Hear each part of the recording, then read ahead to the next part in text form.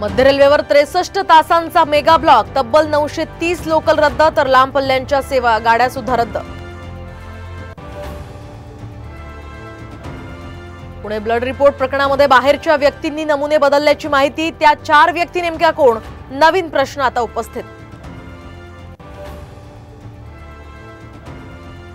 मी narco टेस्टला तयार, मात्र काहीच निघालं नाही तर दमानियांनी नाही कधीच बोलायचं नाही, अजित पवारांनी स्वीकारलं दमानियांचं चॅलेंज।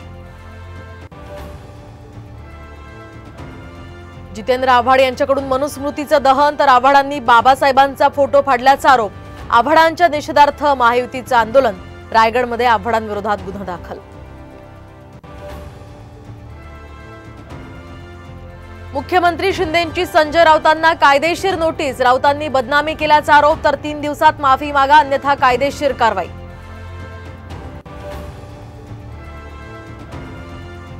ससून रुग्णालयाचे डॉक्टर अजय तावरे आणि डॉक्टर हळनोर निलंबित तर पुणे ड्रंक अँड ड्राईव्ह प्रकरणी ब्लडची फेरफार केल्याचा होता आरोप तर डीन डॉक्टर विनायक काळे सक्तीच्या रजेवर।